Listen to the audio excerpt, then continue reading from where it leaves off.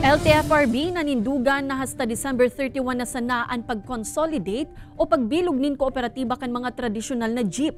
Nagkapirang jeepney driver na napurbaran na ang modern jeepney, mas pabor na subuot ngunyan sa modernisasyon. Si Chris Novello para sa detalye. Duwang transport group na sa Naga City at may mga unit asin nagbabiyahe ng modern jeepney. Sa aros pirang bulan na pagbiyahe kan modernong hari ng kalsada, makusog na subot ang ridership sa nasabing lunadan. Mas gusto ng mga bata sa naka-aircon sila, kaya mas pinipili kong hindi sa modern na sumakay. Kasi minsan matagal pag sa traditional, nainitan ng mga bata.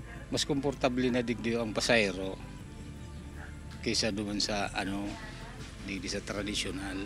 Alagad sa ibong kaini na iman mali kaya ni Abdon na dating driver ng traditional jeepney namang hinayang sa sayang dating kinikita kan boundary system pa. Naging kuya na lang aldawan. Itong tradisyonal, boundaryhan. Kumbaga pag naka-timing man yung pasahero, medyo mas maray-maray man ang kita duman. Aminado man ang pamayokan sa rong transport group sa syudad na may mga nag-aalangan pa talaga sa consolidation program kan gobyerno.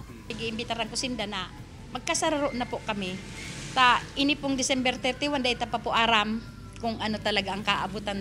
Katakod kay ni, non-negotiable susog sa gobyerno ang deadline kan PUV consolidation o pagbilog ng kooperatiba kan mga tradisyonal na jeepney.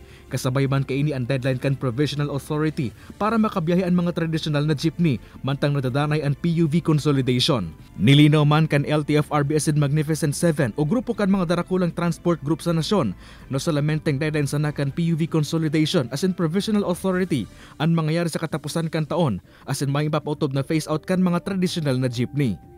Kay banan si Carlo Abonita, Chris Novello, Balitang Bicolandia.